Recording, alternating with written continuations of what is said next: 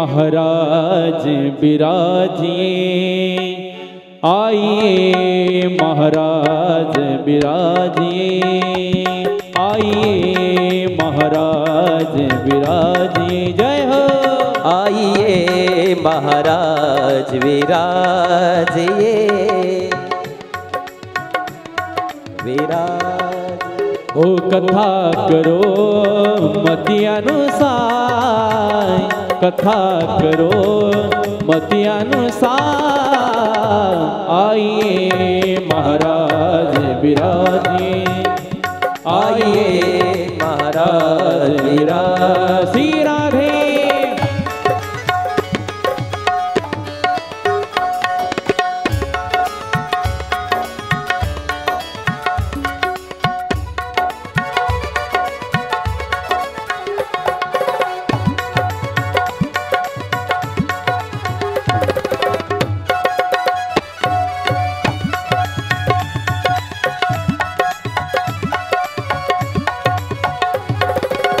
प्रेम सहित गादी धरिए, प्रेम सहित गादी धरिए, भाव आदर से कथा करिए, भाव आदर से कथा करिए। पधारिए जी महाराज, पधारिए जी महाराज, आइए महाराज विराजिए, आइए महाराज विराजिए।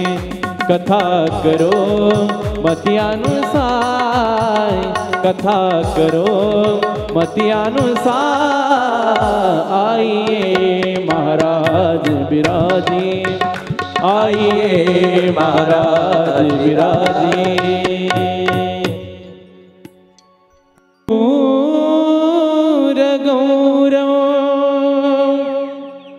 करुणावतारो संसार सारं भुजगेन्द्रहारं, सदा वसन्तं हृदयारविन्दे,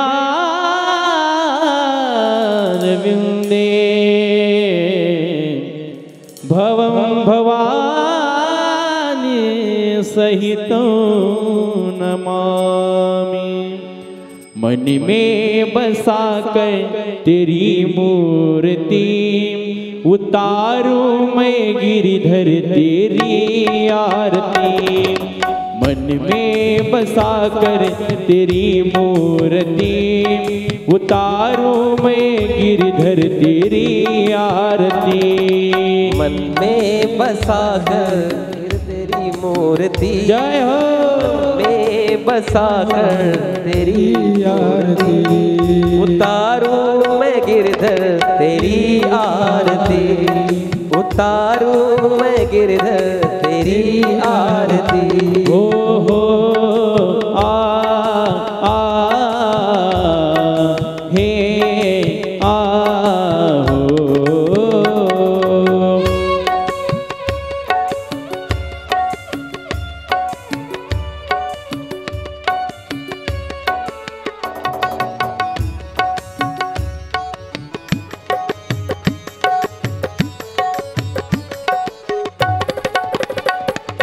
मांग तुझसे क्या मैं यही सोचूं भगवन, जिंदगी जब तेरे नाम कर दे अर्पण।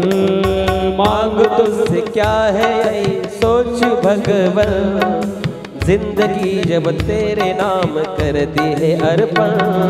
सब कुछ तेरा कुछ नहीं मेरा, सब कुछ तेरा कुछ नहीं मेरा। चिंता है तुझको प्रभु संसार की, मन में बसा कर तेरी मूर्ति, मन में बसा कर तेरी मूर्ति। उतारूं मैं गिरधर तेरी आरती, जय हो। उतारूं मैं गिरधर तेरी आरती।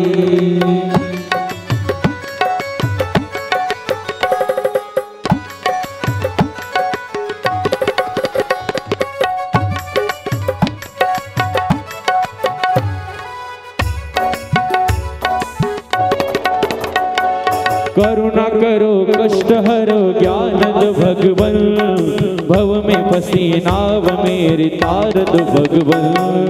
करुणा करो कष्ट हरो ज्ञान दो भगवन, भव में फंसी नाव मेरी तार दो भगवन। दर्द की दवा तुम्हारे पास है, दर्द की दवा तुम्हारे पास है, जिंदगी दया की है भीख मांगती। मन में बसा कर तेरी मूर्ति, मन में बसा कर तेरी मूर्ति, उतारू मैं गिरधर तेरी आरती, उतारू मैं गिरधर तेरी आरती।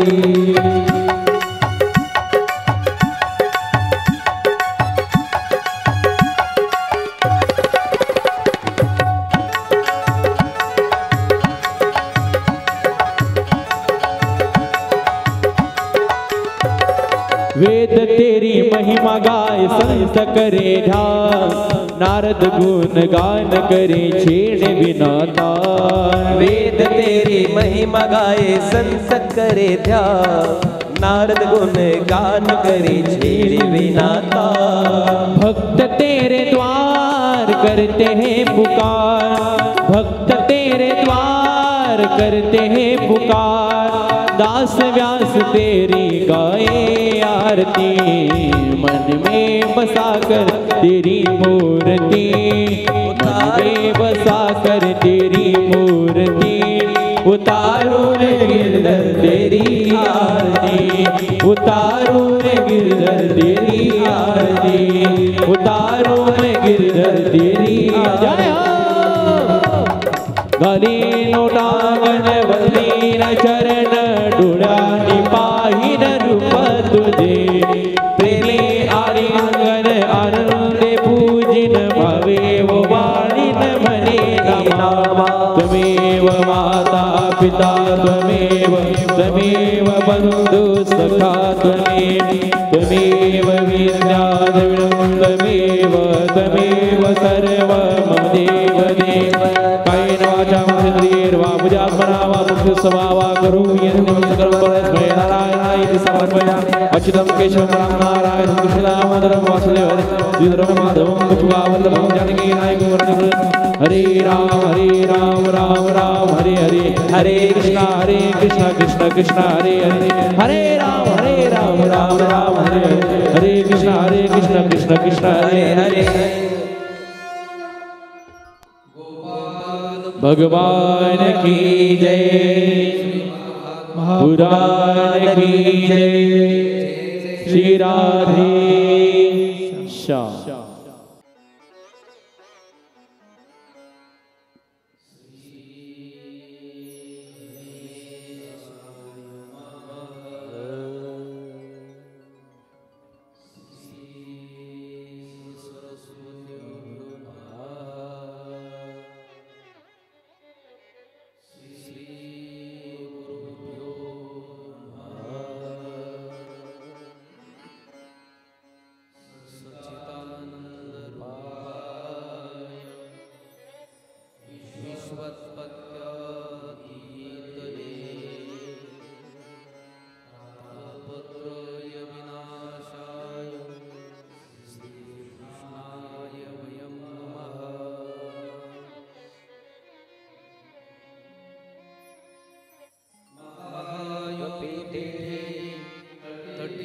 तथ्यं वरं पुंडरीकाय धातुं मुनीन्द्रें समागत्य तिष्ठं तमानन्दकन्दं परब्रह्मलिङ्गं भजे पाण्डुरङ्गम्। कलावज्ञे जीवोधरार्थावतारम् कलाकाङ्कतेजोऽधिकामोऽधिवक्त्रम् खलानिश्यवादापनोदारदक्षम् समाधिस्थमूर्तिं भजे ज्ञानदेवम्। नमो सद्गुरु तुकया ज्ञानदीपा नमो सद्गुरु सच्चिदानंद रूपा, नमो सद्गुरु भक्त कल्याण मूर्ती, नमो सद्गुरु भास्करा पूर्ण कीर्ती। गंगा विशुद्धं निधपादस्पर्शं सरोवेष्टितं चुंबितं पुण्यस्थानं सराले स्थितं तं समाधिस्थमूर्तिं नमामि गंगागिरियोगिराजं तपोज्ञानवैराग्यभक्तिस्वरूपं सदालङ्कृतं साधु संन्यासयोगं मुखे यस्य वेदान्तशास्त्रार्थनीतिं नमो नारायणगिरि परब्रह्मस्वरूपं नमो ज्ञानेश्वरा निवृत्ति उदारा देवा मुक्ताबाई नमो त्रिभुवन पावनी आद्यत्रय जननी देवाची। सर्वांनी भगवान परमात्म्याचं नामस्मरण करा, टाळी वाजून।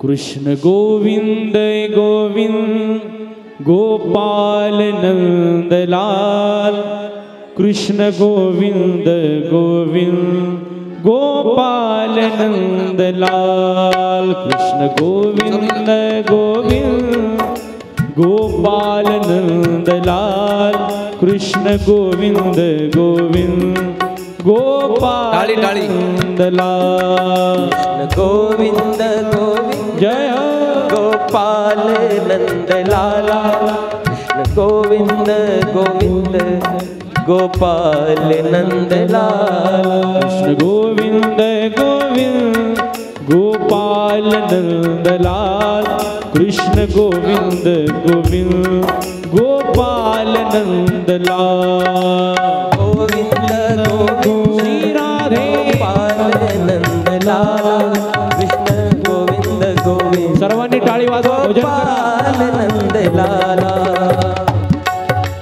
हो हे गोपाल नंदलाल, हे गोपाल नंदलाल, हे गोपाल नंदलाल, हे गोपाल नंदलाल, हे गोपाल नंदलाला, हे गोपाल नंदलाला, हे गोपाल नंदलाला, हे गोपाल नंदलाला, हे गोपाल नंदलाल, राधे श्याम नंदलाल, हे गोपाल नंदलाल, हे गोपाल नंदलाल, हे गोपाल नंदलाला, हे गोपाल नंदलाला, जय हो। हे गोपाल नंदलाला, हे गोपाल श्री राधे कृष्ण गोविंद गोविंद गोपाल नंदलाल, कृष्ण गोविंद गोविंद गोपाल नंदलाल, गोविंद गोविंद गोपाल नंदलाला, कृष्ण गोविंद गोविंद हे गोपाल नंदलाला। हरि बोल, जय हो।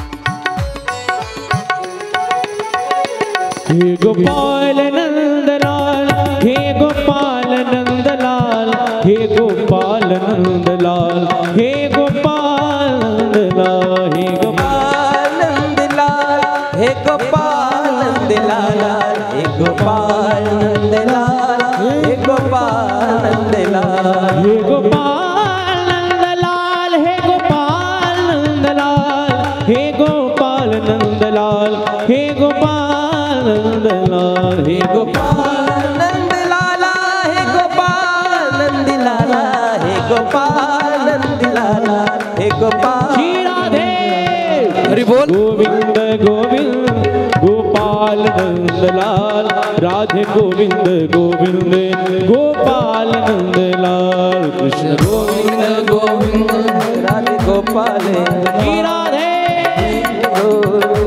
हे गोपाल नंदलाला।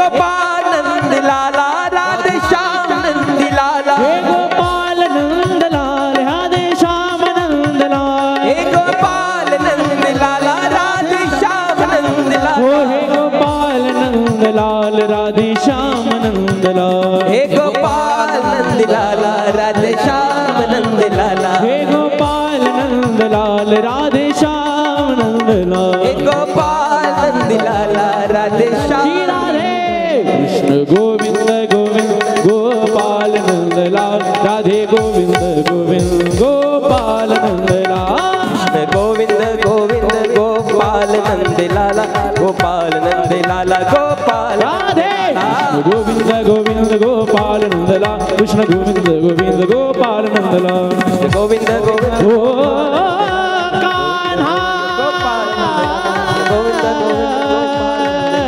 गोविंद कृष्णा गोपाल नंद लाला गोपाल कृष्ण भगवान की जय। श्रीमद् भागवत महापुराण की जय। जय जय श्री राधे श्याम परम मंगलमय परात्पर अखिलेश्वर अकारण करुणा वरुणालय भक्तवांचित पितांबरधारी लाल कृष्ण लालमयकी वाङ्मय मूर्ती स्वरूप श्रीमद् भागवत महापुराण अखिल कोट ब्रह्मांड नायक राजाधिराज पंढरीश पांडुरंग परमात्मा मुक्त कैवल्य तेजोनिधी माऊली ज्ञानोबाराया जगद्गुरु तुकोबाराया आदिशक्ती मुक्ताई माता सद्गुरु गंगागिरीजी महाराज गुरुवर्य नारायणगिरीजी महाराज गुरुवर्य महंत रामगिरीजी महाराज गुरुवर्य महंत रामानंद गिरीजी महाराज यांच्या चरणी साष्टांग प्रणिपात करून आजचा हा कथेचा 6वा दिवस गेली 5 दिवसापासून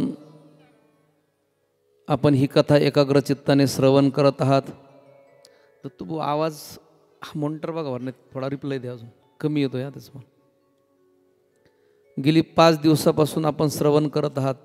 ते निमित्त म्हणजे स्वर्गवासी दादासाहेब रंगनाथ पाटील लबडे आबांच्या या पुण्यस्मरणाच्या निमित्ताने लबडे पाटील परिवाराने सुंदर असं या कथेचं आयोजन केलं. आमचे मनोज भाऊ असतील, विनायक दादा असेल.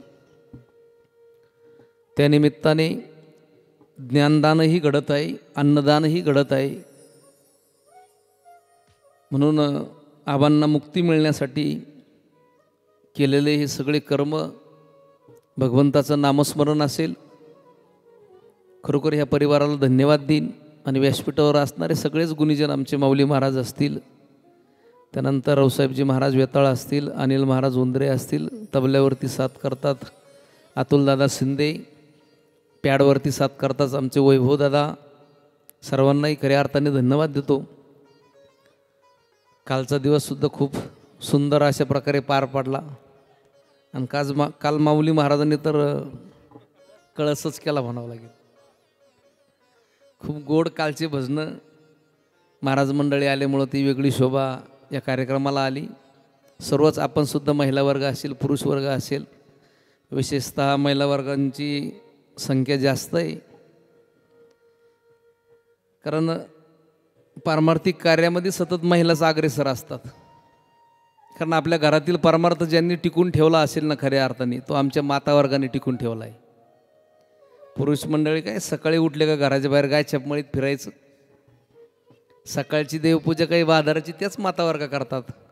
संध्याकाळचा घरातला दिवा त्यांनीच लावायचा, देवघराजवळचा तुळशीचा दिवा त्यांनीच लावायचा. म्हणजे जो घरातील परमार्थ टिकून ठेवला असेल ना खऱ्या अर्थाने, आमच्या महाराष्ट्रामध्ये ज्या माता वर्ग असेल ना त्यांनी खऱ्या अर्थाने हा परमार्थ टिकून ठेवला आहे.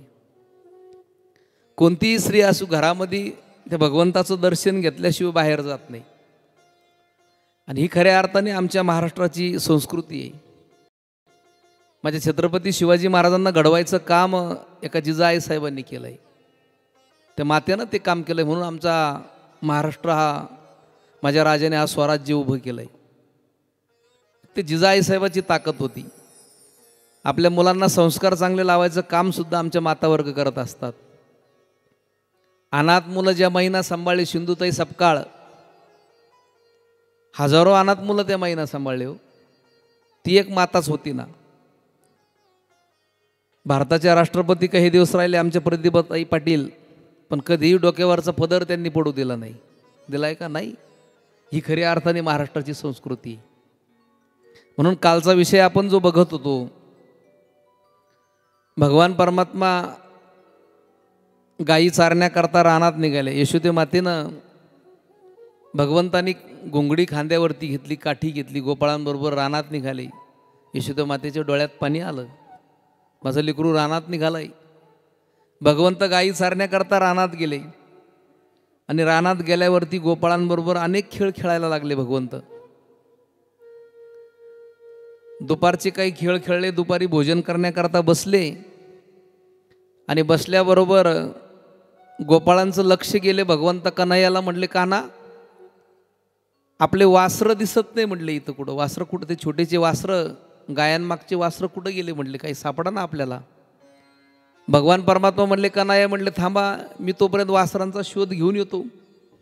पण इकडं ते वासरं ब्रह्मदेवानी काय केलं होतं, भगवान परमात्मा गायी चारायला गेले आणि ते सर्व गायांचे वासरे ब्रह्मदेवानी ब्रह्मलोकात घेऊन गेले. गोपाळ भोजन करण्याकरता बसले. भगवान कन्हैया म्हणले, मी बघून येतो. भगवंत बघायला लागले. ते वासरं कुठेही भगवंताला सापडले नाही. पण भगवंताच्या लक्षात आलं की हे वासरं ब्रह्मदेव घेऊन गेले म्हणून. कारण ब्रह्मदेवानी भगवान श्रीकृष्णाची परीक्षा बघायची होती, खरोखरच हा भगवान परमात्मा आहे का नाही.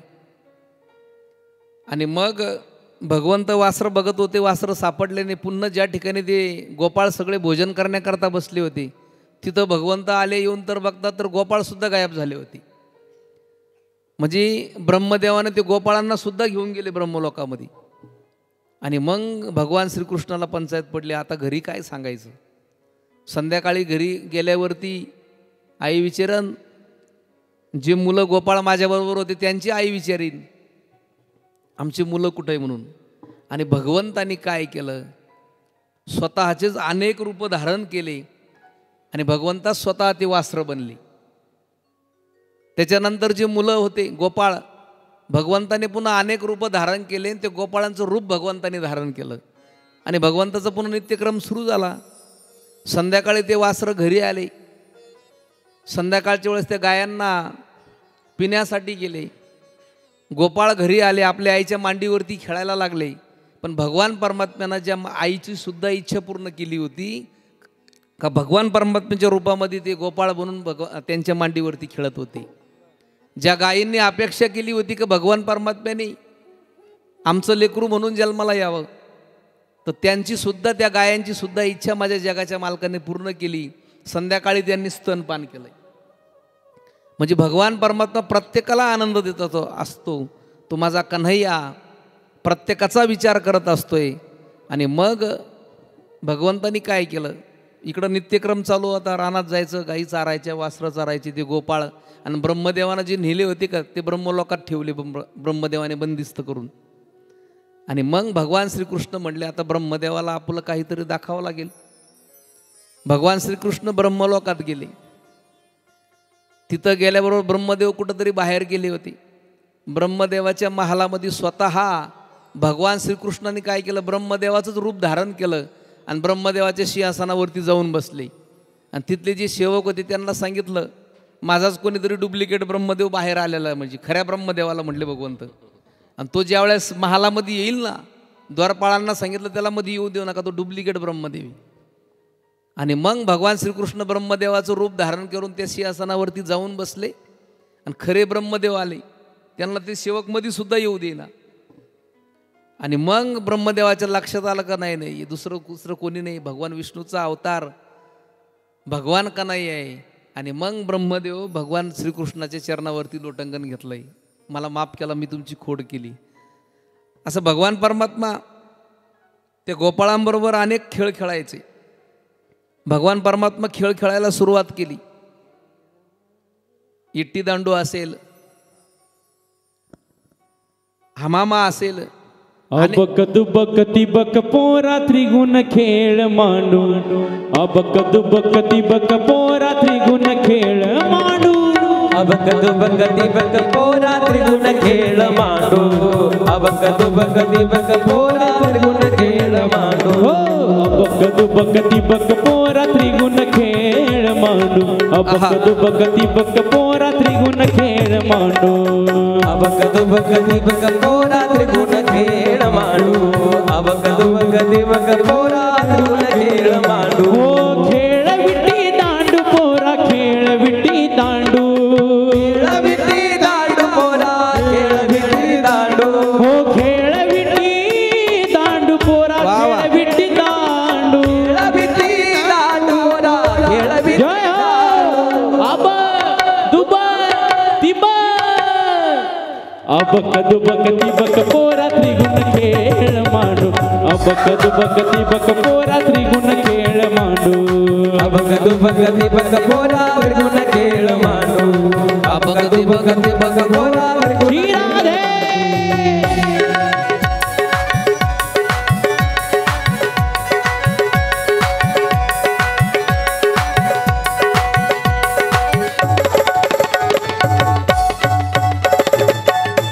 हरि बोल जय हो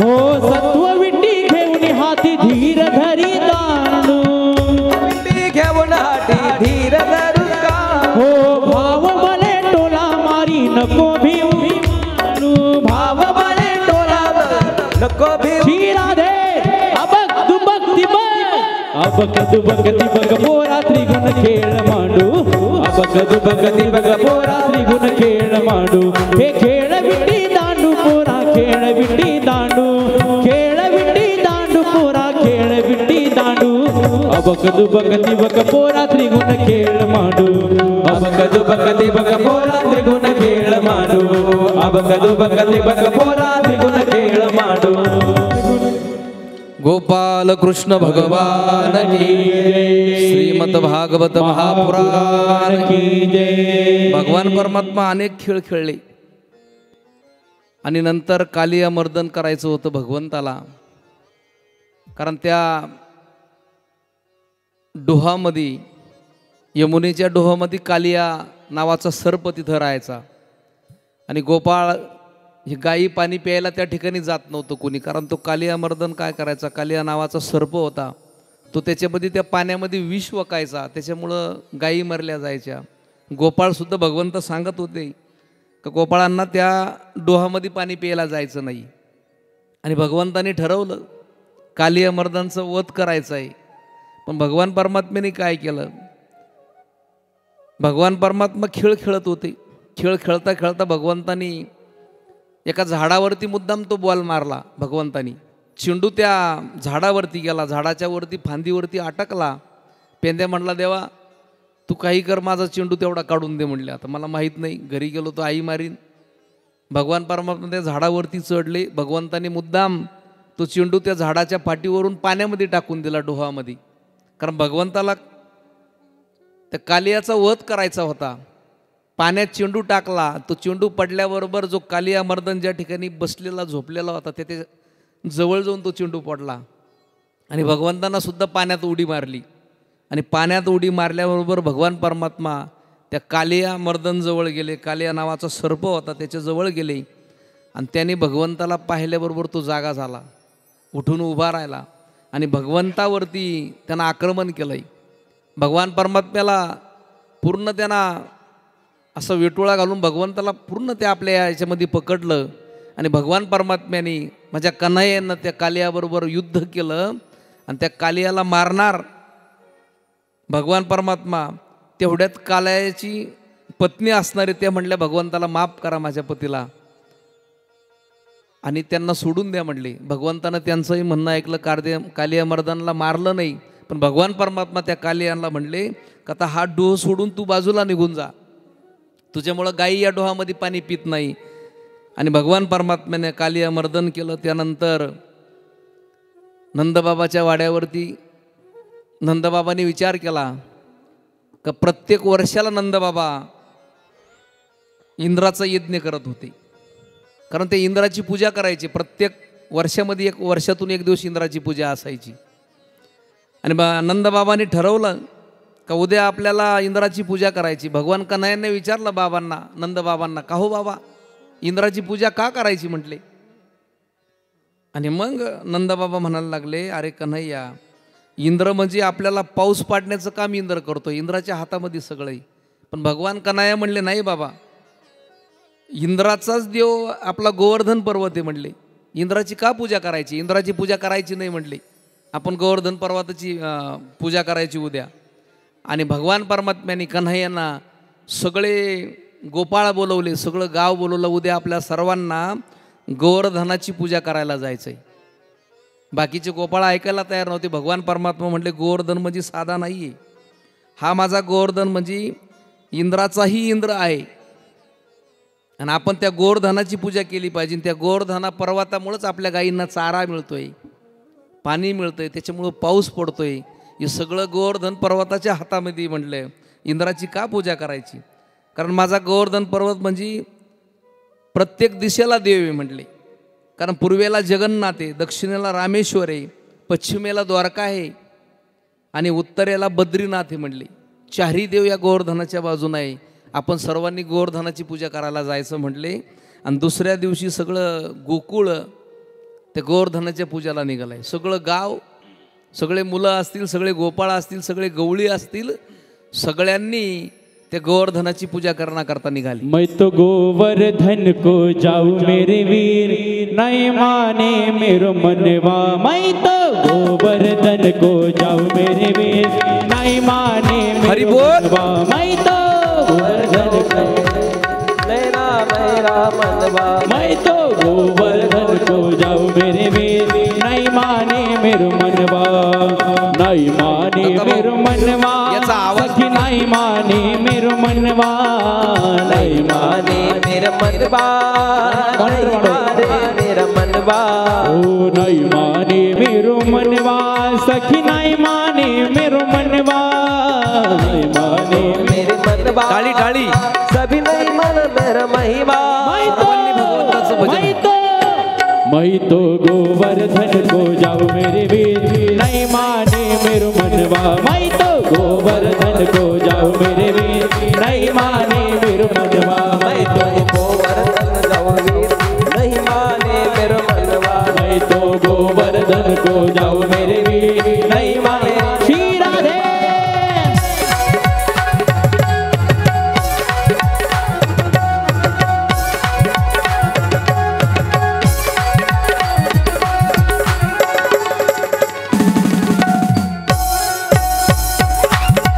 हरी बोल.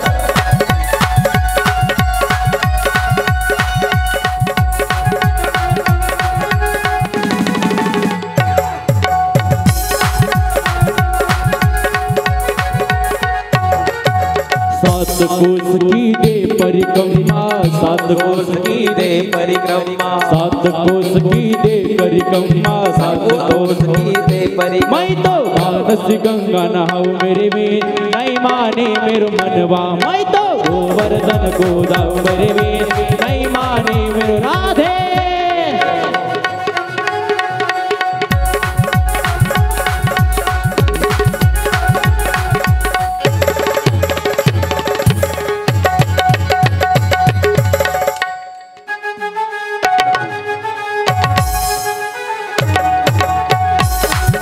हरी बोल.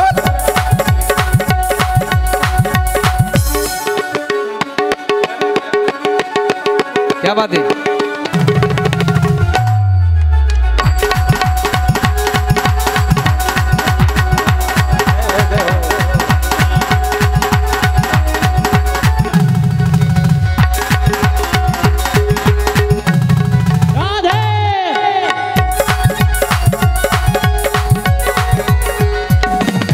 चक्लेश्वर में संत बहुत है, चक्लेश्वर में संत बहुत है. चक्लेश्वर में संत पुरुष मंडली. चक्लेश्वर में संत बहुत. हो चक्लेश्वर में संत बहुत है, चक्लेश्वर में संत बहुत है. चक्लेश्वर में संत बहुत है, चक्लेश्वर में संत हो बहुत. संतन नोत जमाऊ मेरे वीर, नहीं माने मेरो मनवा.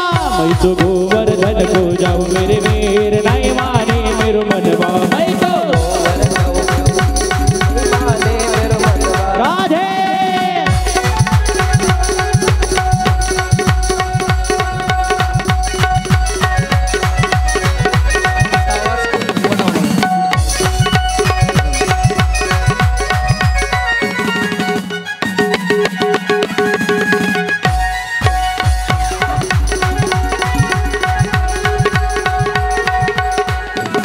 ओ नाही माने मेरो मनवा सखी नाही माने मेरो मनवा नहीं माने मेरा मनवा जय हो। नहीं माने मेरा मनवा नाही माने मेरो मनवा सखी नाही माने मेरो मनवा नहीं माने मेरा मनवा सखी नहीं माने मेरा श्री राधे मैं तो गोवर्धन को जाऊं मेरे वीर नहीं माने मेरो मनवा मैं तो गोवर्धन को जाऊं मेरे वीर नहीं माने मेरो मनवा मैं तो गोवर्धन को जाऊं मेरे वीर नहीं माने मेरो मनवा मैं तो गोवर्धन को जाऊं मेरे वीर नहीं माने मेरो मनवा।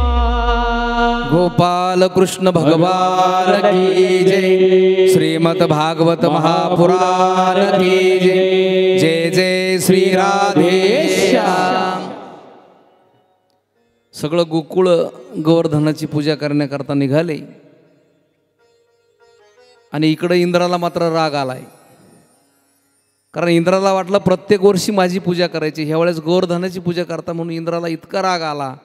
ते इंद्राने काय केलं, वरुण देवाला आज्ञा दिली। वरुण देवाला सांगितलं इतका पाऊस पाड, इतका पाऊस पाड, जेवढे गोकुळामधले सगळे त्या पावसामध्ये सगळे वाहून गेले पाहिजे, इतका पाऊस पाड म्हणले। विजांचा कडकडाट सुरू झालाय,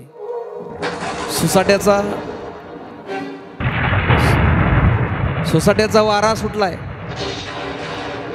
मुसळधार पावसाने सुरुवात केली, गोवर्धनाचं पूजन आटोपलं आणि पाऊस सुरू झाला।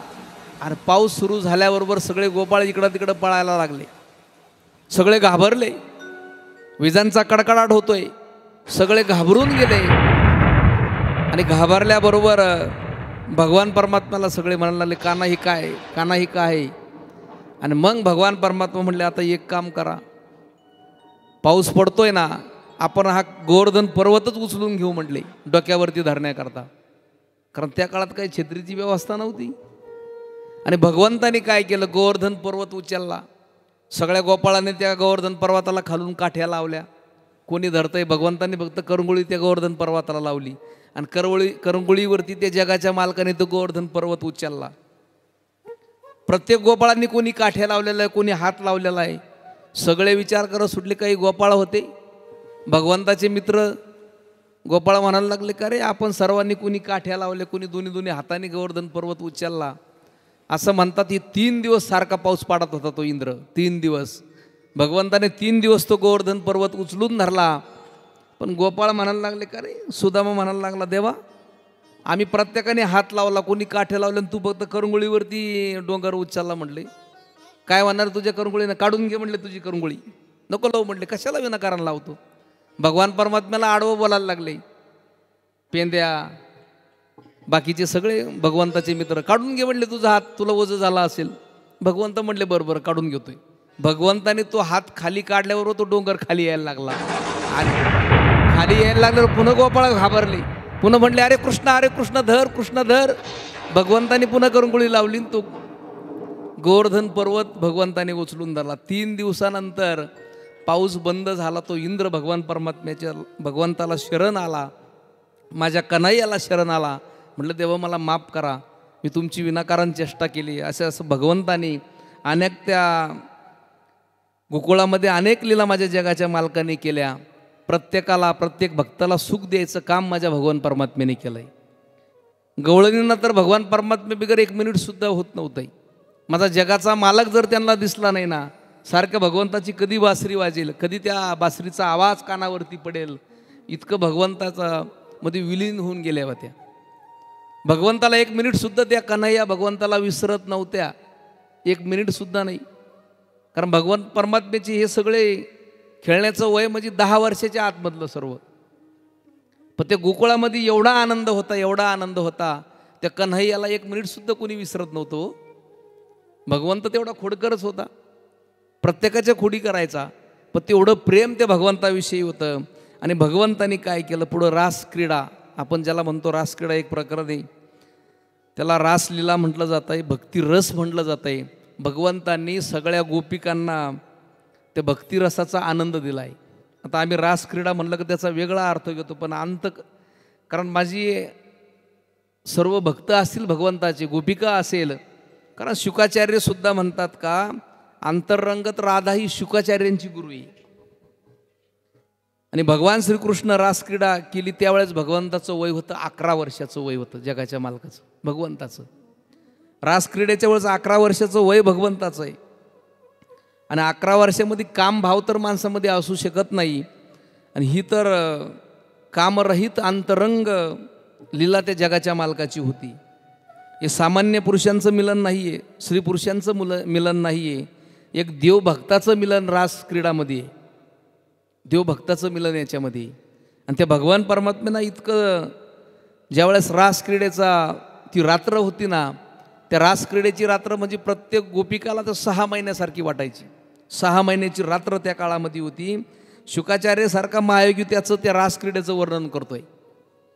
भगवंताच्या त्या देवाचं आणि भक्ताचं वर्णन शुकाचार्यांनी केलं. अशी कल्पना करू नका की गोपी कोणी ग्रामीण स्त्रिया नव्हत्या. गोपी हा शुद्ध जीव होत्या. गोपी म्हणजे त्या श्रुती होत्या, वेदाच्या श्रुती असणाऱ्या त्या गोपी होत्या. भगवंताच्या खऱ्या भक्त होत्या त्या गोपी. राधासुद्धा भगवंताची भक्ती होती ती जगाच्या मालकाची कन्हैयाची. अशी असणारी भगवंतानी त्यावेळेस रास क्रीडा केली. त्या रास क्रीडेमध्ये 6 महिन्याची रात्र होती.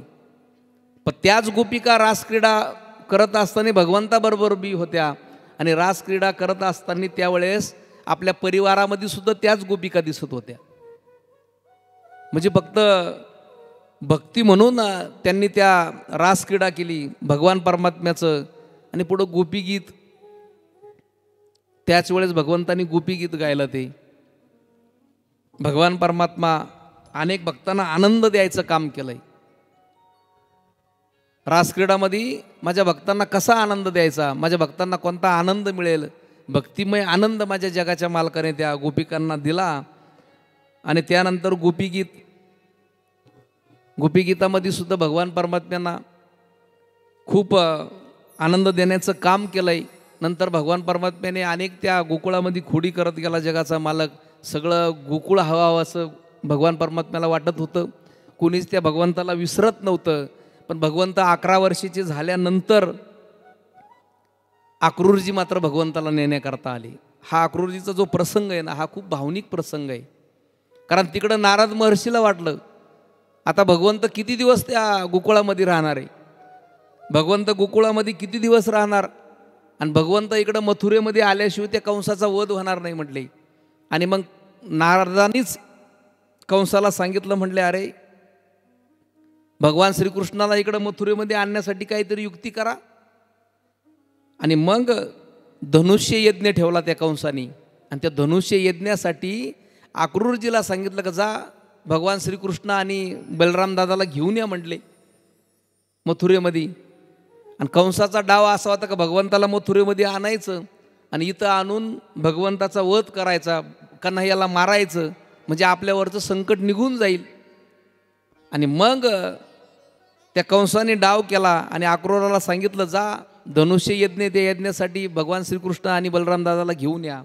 आणि अक्रूरजी रथ घेऊन निघाले, कंसाचा रथ. पण तो रथ कशाचा होता? सोन्याचा रथ होता. सोन्याचा रथ घेऊन अक्रूरजी निघाले. पण अक्रूरजी सुद्धा त्या भगवान परमात्म्याचे इतके भक्त होते, इतके एकनिष्ठ भक्त होते. त्यांना एवढा आनंद झाला भगवंताला आणायला जायचं म्हटल्यावर. अक्रूरजी रस्त्याने सतत त्या भगवंताचं नामस्मरण करत निघाले. नामस्मरण करत निघाले भगवंताचं. रस्त्याने सुद्धा श्रीकृष्ण नामस्मरण करत होते. धनुष्य यज्ञासाठी ज्यावेळेस कंसाने पाठवलं ना अक्रूरजीला, त्यांना एवढं समाधान वाटलं. आणि त्या गोकुळाच्या भूमीमध्ये आल्यावरती माझा कन्हैया या भूमीमध्ये खेळला असेल म्हणून अक्रूरजी त्या भूमीत आले, रथाच्या खाली उतरले, पायातील चप्पल काढली.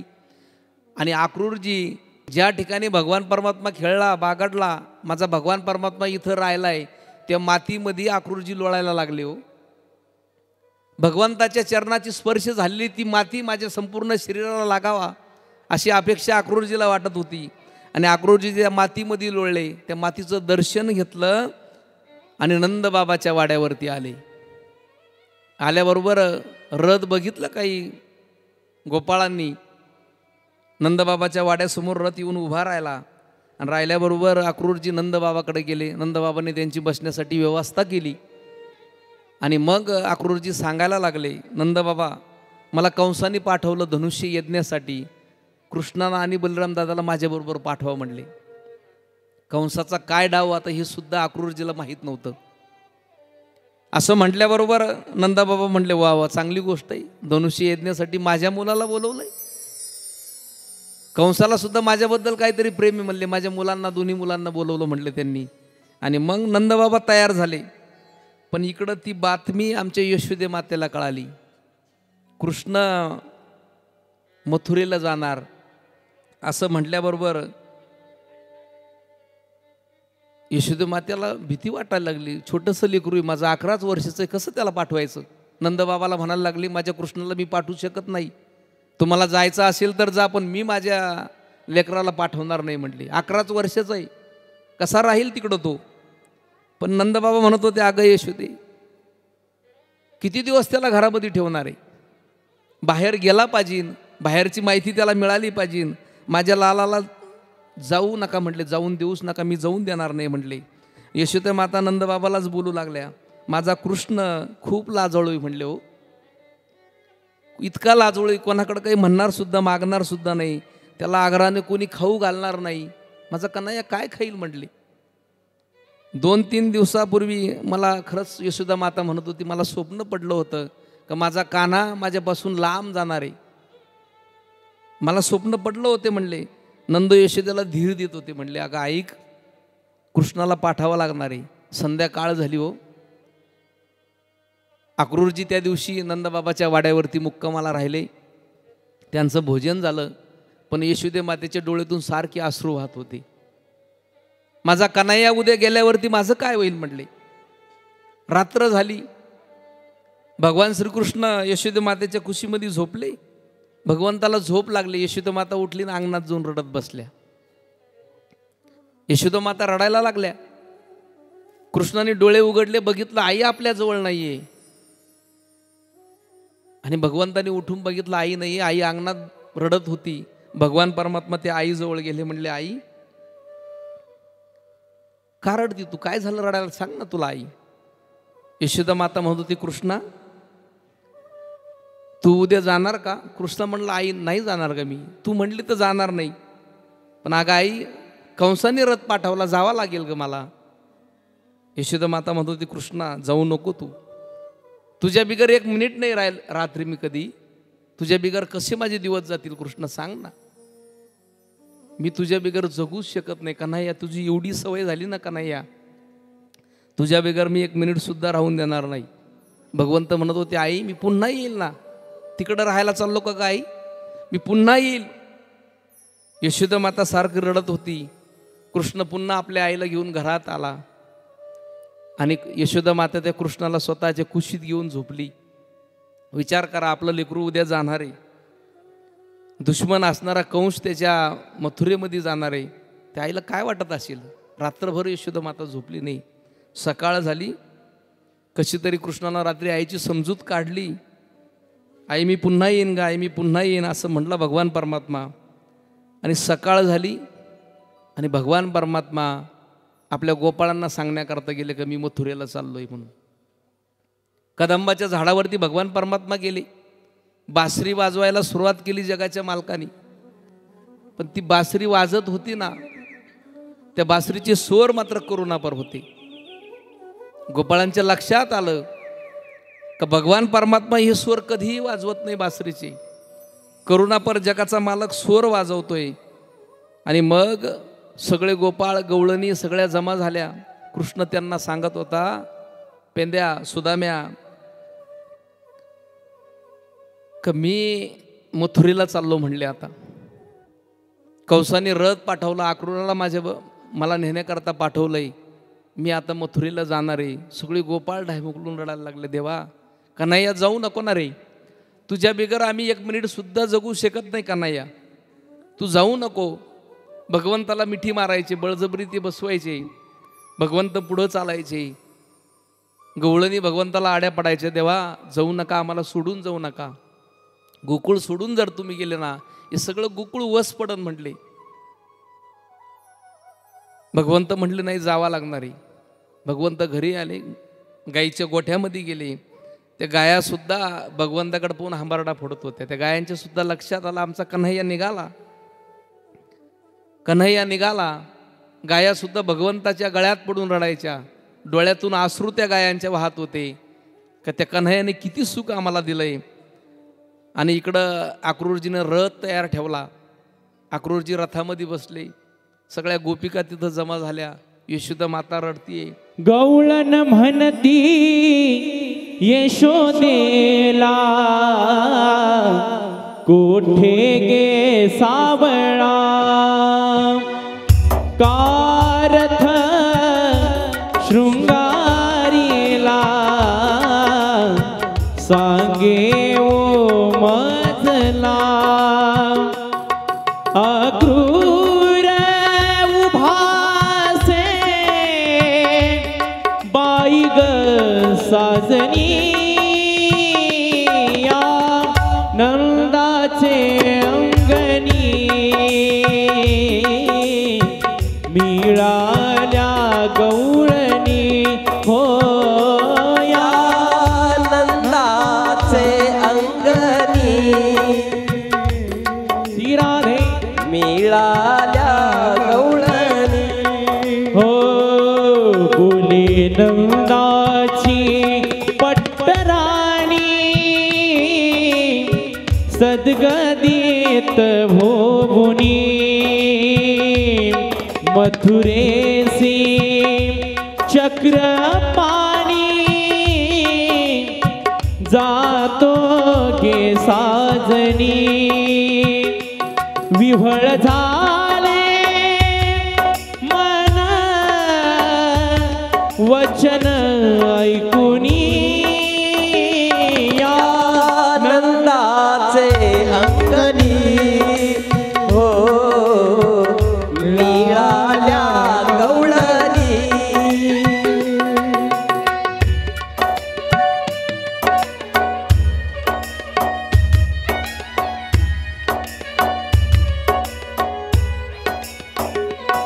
अक्रूरा चांडाळा तुझ कोणी धाडिले का घात करू आलासी वधीसी सकळा अक्रूर तुझे नाम तैसीच करणी या नंदाचे अंगणी मिळाल्या गवळणी या नंदाचे अंगणी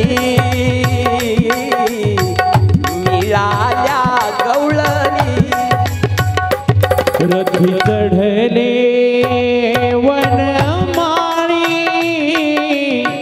आकांत गोकुळी भूमी चढल्या व्रजपाळी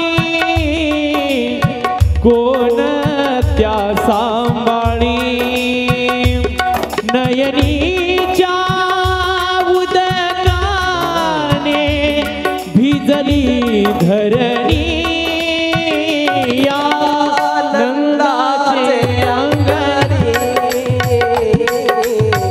मिळाल्या गवळणी या नंदाचे अंगणी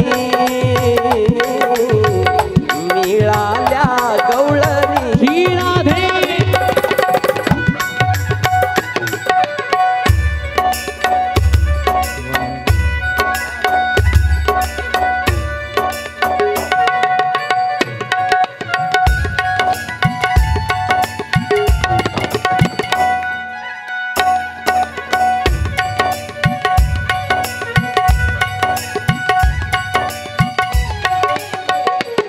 देव बोले अक्रूरासी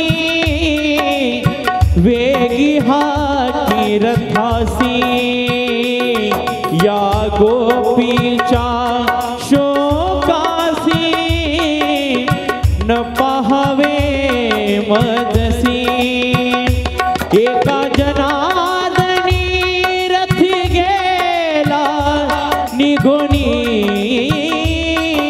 आनंदाचे अंगणी मिळाल्या गवळणी आनंदाचे अंगणी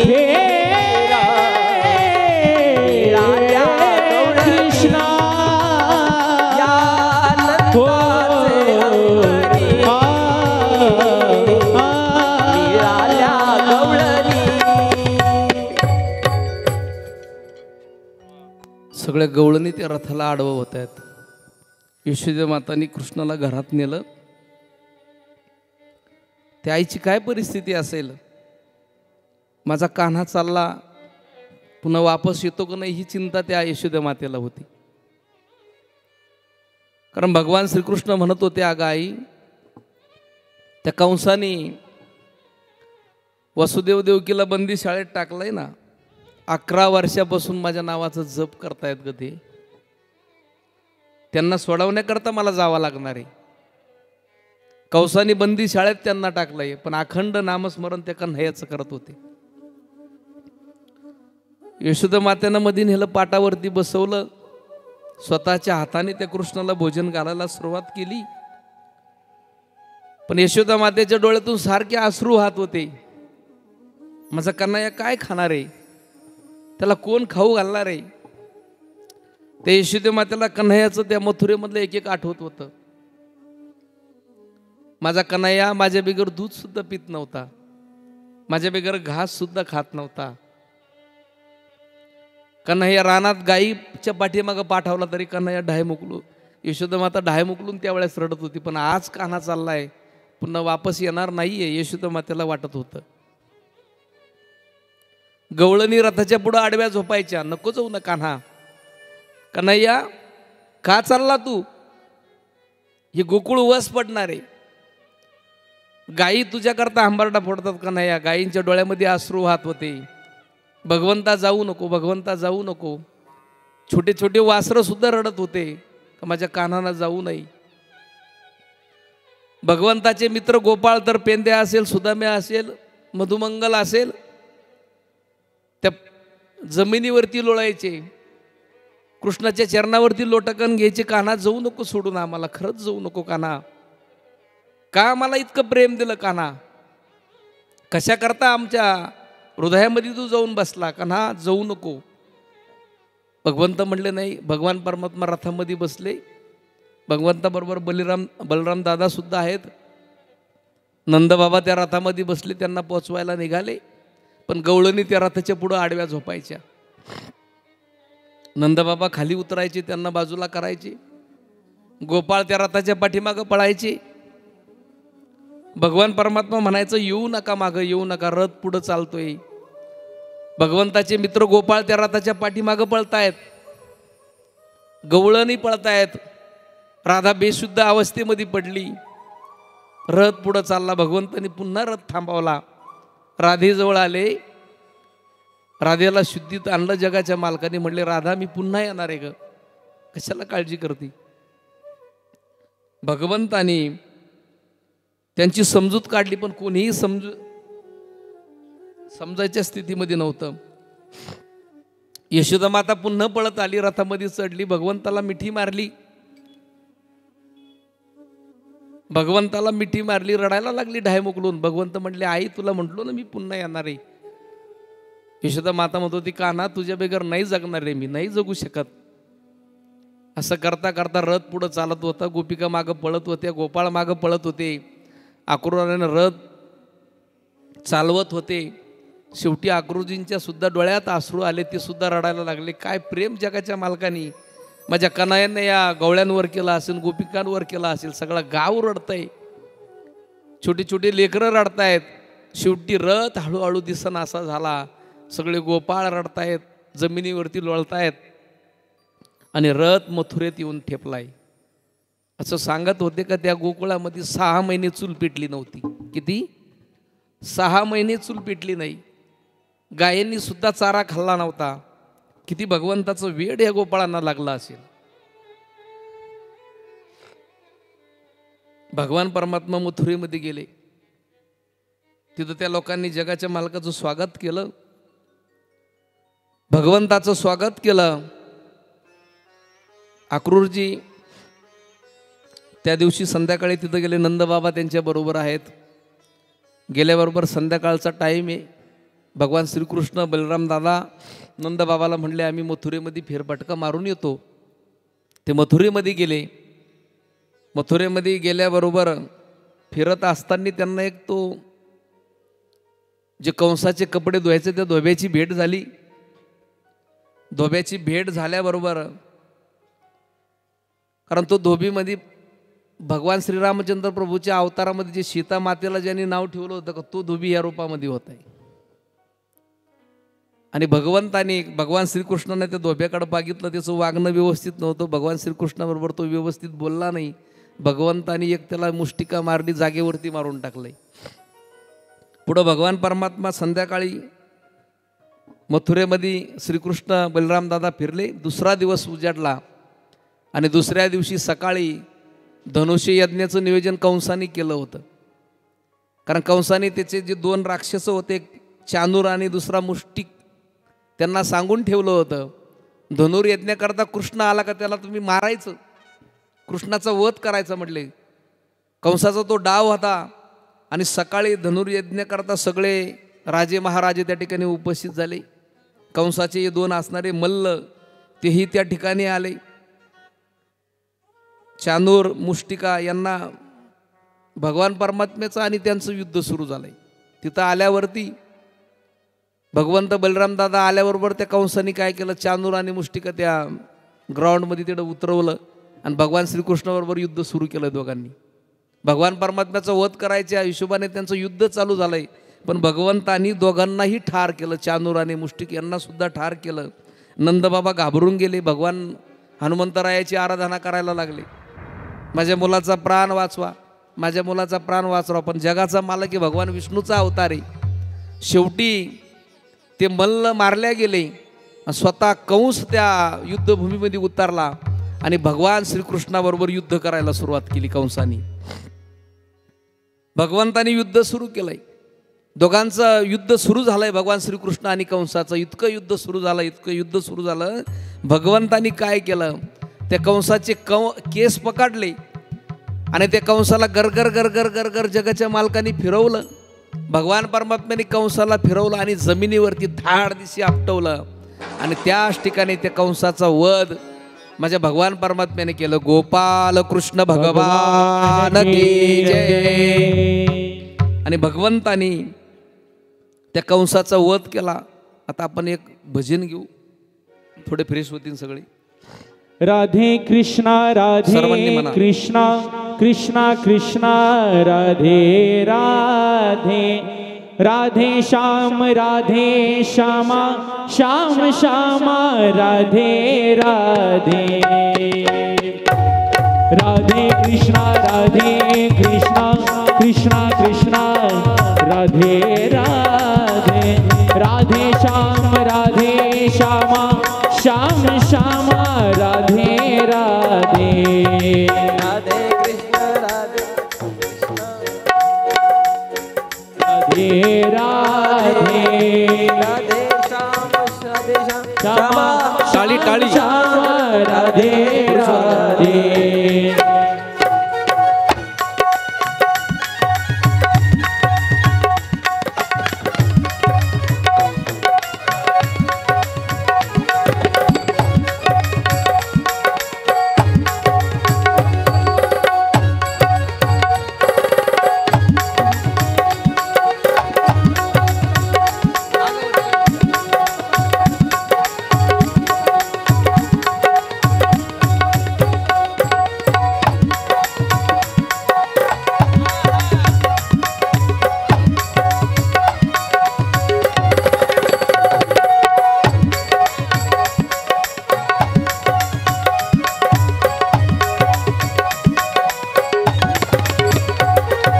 राधे कृष्णा कृष्णा कृष्ण राधे.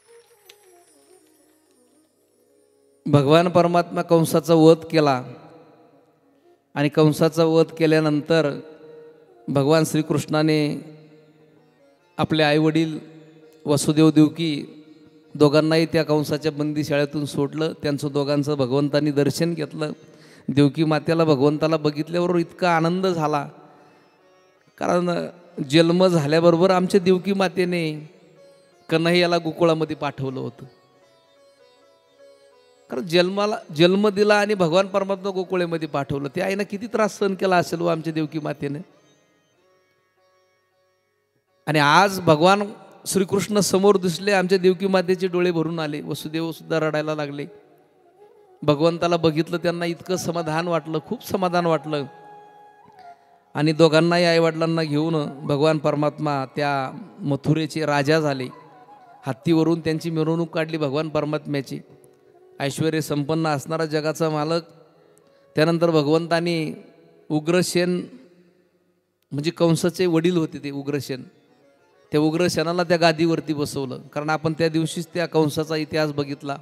कंसाने स्वतःच्या बापाला बंदीशाळेमध्ये टाकलं होतं आणि त्या बंदीशाळेतून उग्रसेनाला सोडवलं भगवंतानी आणि त्या मथुरेचं राज्य उग्रसेनाच्या ताब्यात दिलं भगवंतानी.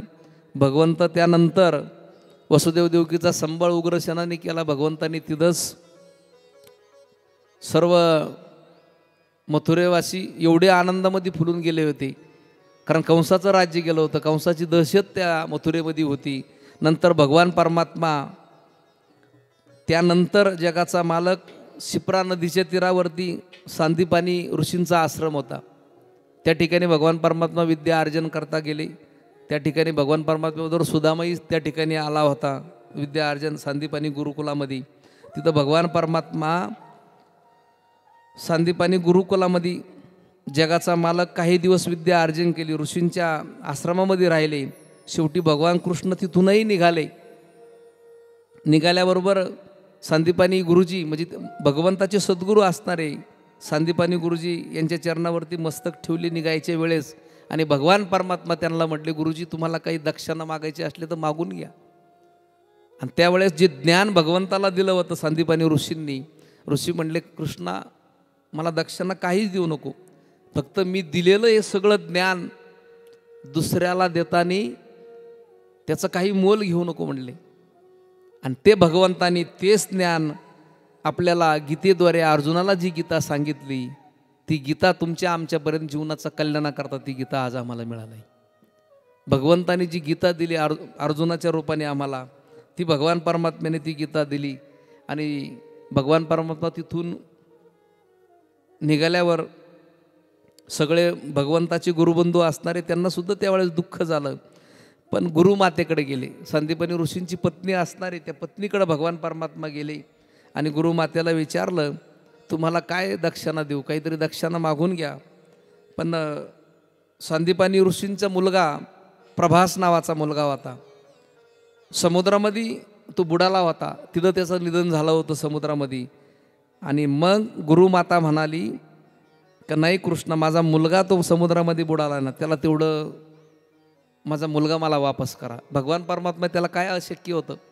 भगवंताने त्या समुद्रामध्ये बुडी मारली आणि बुडी मारल्याबरोबर प्रभास नावाचा मुलगा सांदीपानी गुरूंचा मुलगा त्याला भगवंतानी वरती आणलं, त्याच्यामध्ये प्राण संचारला आणि वरती आल्याबरोबर तो मुलगा आपल्या गुरुमातेच्या स्वाधीन भगवंतानी केला आहे. पण भगवंतानी ज्यावेळेस बुडी मारली त्यावेळेस भगवंताला त्या समुद्रामधलं पंचजन्य शंख हातीला लागला. तिथं पंचजन्य शंख भगवंताने त्या दिवसापासून हातात घेतला तो शंख. आणि भगवान परमात्मा मथुरेमध्ये आले आणि मथुरेमध्ये भगवान परमात्मा काही दिवस राहायला लागले. आणि तिथं ऐश्वर्य संपन्न भगवंताचं जीवन होतं ते, कारण भगवंताचं संपूर्ण कार्यकाळ 125 वर्षाचा कार्यकाळ आहे भगवंताचं. भगवान परमात्म्याचं शरीर 125 वर्षे राहिली. 11 वर्षे भगवंताने गोकुळामध्ये काढले, त्याच्यानंतर 14 वर्षे मथुरा आणि सांदीपानी गुरुकुलामध्ये काढले आणि 100 वर्षे भगवंतानी द्वारकेमध्ये राज्य केलंय. किती 100 वर्षे, असं भगवंताचा संपूर्ण कार्यकाळ हा 125 वर्षाचा माझ्या भगवान कृष्णाचा कार्यकाळ आहे. त्याच्यानंतर भगवान परमात्मा मथुरेमध्ये आल्यावरती उद्धवाची भेट झाली. पण भगवान परमात्म्याला सारखी आठवण येत होती त्या आपल्या गोकुळामधले गोपाळांची, यशोदा मातेची, आपल्या वडिलांची. नंतर नंदबाबा त्या मथुरेमधून पुन्हा गोकुळामध्ये निघून गेले. एवढं ऐश्वर्य असताना भगवान परमात्मा चिंतातूर असायचे, चेहऱ्यावरती दुःख होत आहे. आणि उद्धवाचं आगमन झालं. उद्धवाने भगवंताला बघितलं. हा प्रसंग ज्ञान भक्तीचा कलह आहे. उद्धव आणि भगवान परमात्मा, ज्ञानाशिवाय भक्ती आंधळी होय आणि भक्ती वाचून ज्ञान पांगळं असतं म्हणतात. म्हणून देवकांचा, भगवंताचा आणि उद्धवाचा संवाद आहे. ज्ञान व भक्ती याचे जेव्हा ऐक्य होतं ना, तेव्हा जीवनाचं खऱ्या अर्थाने सार्थक होत असतंय. आणि मग भगवंता चिंतातूर अवस्थेमध्ये एका निवांत ठिकाणी भगवान परमात्मा बसले, डोळ्यातून अश्रू वाहत होते. उद्धवानी जगाच्या मालकाला बघितलं आणि उद्धव भगवंताला म्हणायला लागला, देवा मथुरेमध्ये एवढं ऐश्वर्य आहे, दासदासी तुमच्या सेवे करताय, सेवक तुमच्या सेवे करताय, मग तुम्हाला एवढं दुःख कशा करताय? आणि मग भगवान परमात्मा सांगत होते, अरे उद्धवा, मला खूप त्या गोकुळाची आठवण येते रे. त्या गोपिका असतील, माझे गोपाळ मित्र असतील, आज त्या गोठ्यामधल्या गायी असतील, माझ्या बिगर चारा खात नसतील, मथुरेकडे बघून हंबरडा फोडत असतील, कुठं गेला आमचा कान्हा, माझी आई यशोदा मातानं भोजन केलं नसेल, नंदबाबा डोळ्यातून अश्रू वाहत असतील, सगळं गाव असं उदास झाला असेल. भगवान परमात्मा ते मथुरेमधलं सगळं आठवत होते. भगवान परमात्मा, गोपी म्हणजे प्रेमाच्या ध्वजा होत्या आणि भगवान परमात्म्याला सगळं काही आठवत होतं. भगवंत म्हणत होते, अरे उद्धवा, इथं सगळं आहे, सगळं काही ऐश्वर्य आहे, पण माझ्यावरती प्रेम करणारा इथं कोणी नाही ना. आणि प्रेमाशिवाय माणूस अधुरा आहे. भगवान परमात्म्याच्या डोळ्यातून अश्रू वाहत होते आणि भगवंत म्हणत होते, उद्धवा तू जातो का रे गोकुळामध्ये, जातो का त्यांची समजूत काढायला, त्यांना सांगायला तुमचा कन्हैया पुन्हा येणार आहे म्हणून, पुन्हा कन्हैया येणार आहे म्हणून? उद्धव म्हटले, जातो देवा. पण उद्धव म्हटले, देवा, उद्धवाला वाटत होतं एवढं काय त्या भगवंतावरती प्रेम असेल, गावंढळ स्त्रिया असतील त्या गोपिका, भगवंताला एवढा का त्यांचा मोह आहे? पण उद्धवाला भगवान परमात्मा म्हणत होते, जा उद्धवा, गोकुळामध्ये जा, त्यांची समजूत काढ, त्यांना सांग तुमचा कन्हैया पुन्हा येणार आहे गोकुळामध्ये, तुम्हाला एकदा भेटणार आहे. आणि उद्धवाला पाठवलं. पण भगवंत म्हटले, माझा पितंबर तू परिधान करून जा, तसं तुला कोणीही ओळखणार नाही. माझा मित्र, माझा पितंबर तू परिधान करून गेला तरच तुला ओळखतील.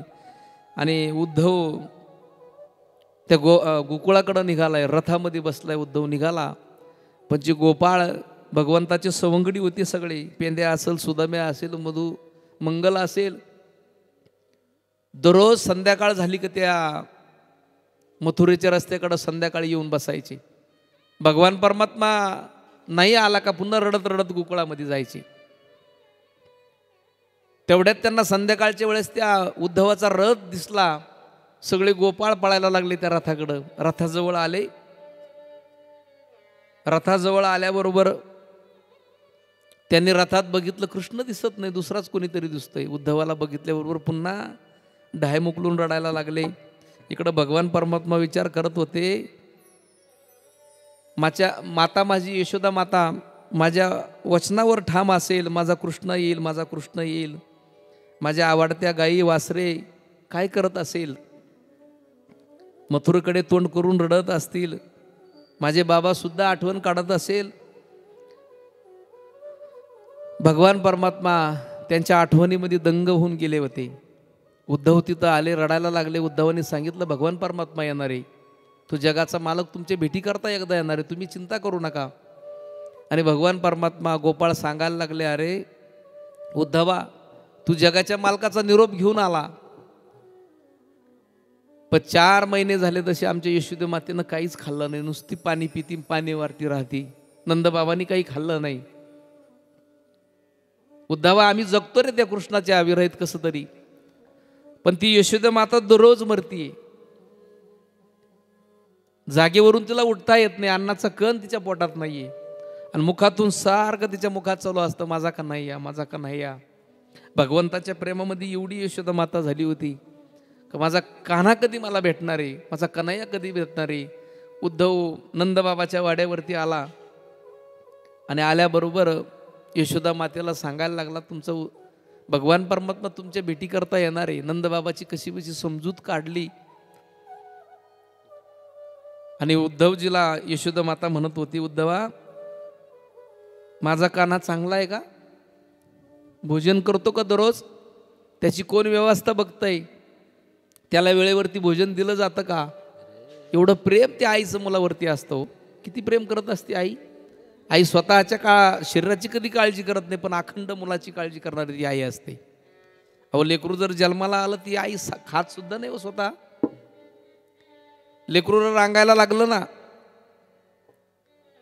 ती आई आंबट खाणार नाही, तिखट खाणार नाही, थंड खाणार नाही. का, तिला माहीत असतं माझ्या लेकराला सर्दी होईल, खोकला येईल. इतकी काळजी करणारी ती आई असते त्या लेकराची. लेकुराचे हित वाहे माऊलीचे चित्त, आईशी कळवळल्याची जाती करी लाभावी न प्रती. कोणतं त्या आईचं आणि मुलाचं नातं असेल. आयुष्यभर त्या लेकराकरता झिजणारी आई असते. त्या लेकराला त्याला सर्दी खोकला होऊ नये मग स्वतः सुद्धा खात नाही काही. किती काळजी करणारी आई असते हो. लेकरू होत नसलं तरी रडणारी आई असते. ते लेकरू खात नसलं तरी रडणारी आई असते. त्या लेकराचं लग्न होत नसलं तरी रडणारी आई असते. आणि तेच लेकरू म्हातारपणी त्या आईला सांभाळत नाही म्हणून तरी सुद्धा ती रडणारी आई असते. आयुष्यभर ती दुःख सहन करत असते. म्हणून जीवनामध्ये आपल्या आईबापाला कधीच दुरावा देऊ नका. तळहाताच्या फोडाप्रमाणे त्यांनी जपलो आम्हाला, तळहाताच्या फोडाप्रमाणे जपलंय. आई ओल्यावरती झोपली असेल पण लेकराला कोरड्यावरती त्या आईनं झोपवलं असेल. स्वतःच्या जीवनामध्ये कितीही त्रास जरी झाला ना, पण स्वतःच्या मुलाला ती आई कधीच दुरावा, किती त्रास सहन करत असते. विचार करा, आपलं बालपण आठवा. ज्या आईचे आपल्यावरती किती उपकार असतील, तिच्या जीवनामध्ये किती त्रास सहन केला असेल तिनं.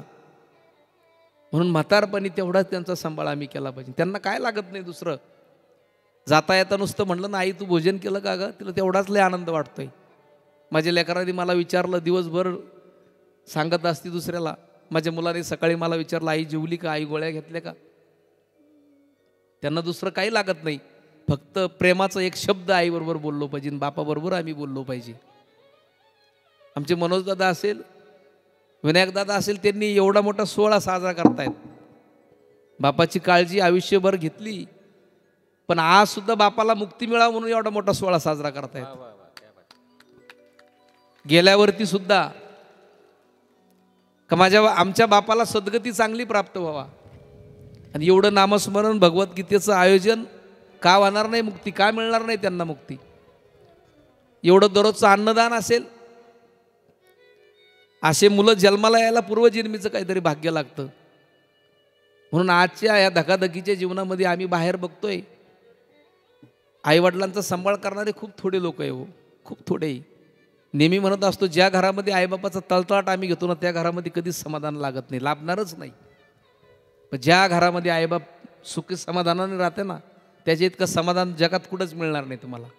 आमच्या दरवाजासमोर आई बसलेली ती श्रीमंती आहे, आमचा बाप बसलेला आहे ती श्रीमंती आहे. नंतर किती धन कमवून कोट्याधीश झालं तर कोणाला दाखवायचं आहे ते. म्हणून जीवनामध्ये जीवन जगत असताना आपल्या आईचा विचार करा, बापाचा विचार करा. जन्म देती है जो माजी से जग कहे, अपनी संतान में प्राण जिनके रहे.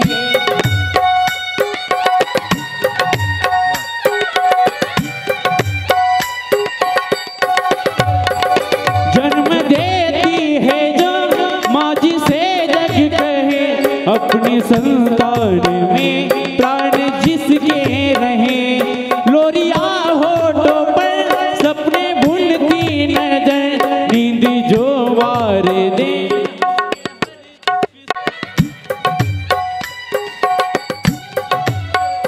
जन्म देती है ओ माँ जिसे अपनी संतान में प्राण जिसके रहे।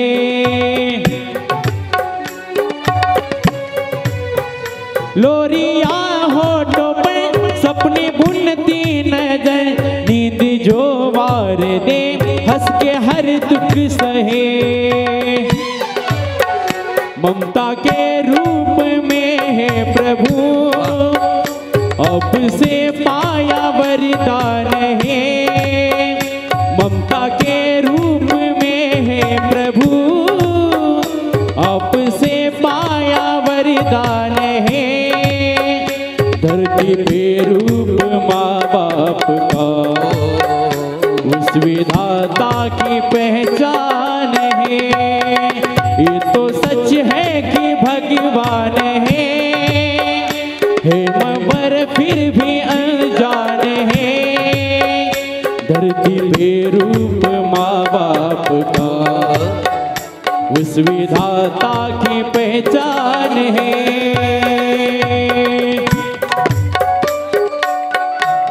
क्या बात है। वाह,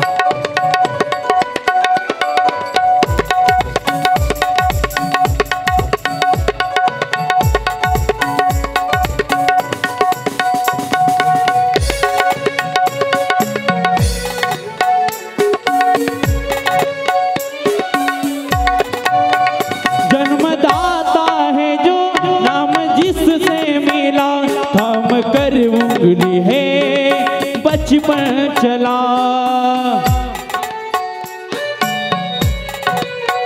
खाने पर बैठ के जिनके देखा जहां, ज्ञान जिससे मिला क्या बुरा क्या भला।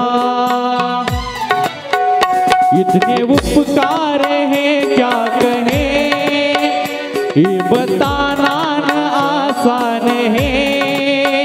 इतने उपकार है क्या कहे, क्या बताना न आसान है। धरती पे रूप माँ बाप का, उस विधाता की पहचान है। ये तो सच है कि भगवान है, ये तो भी अनजान है।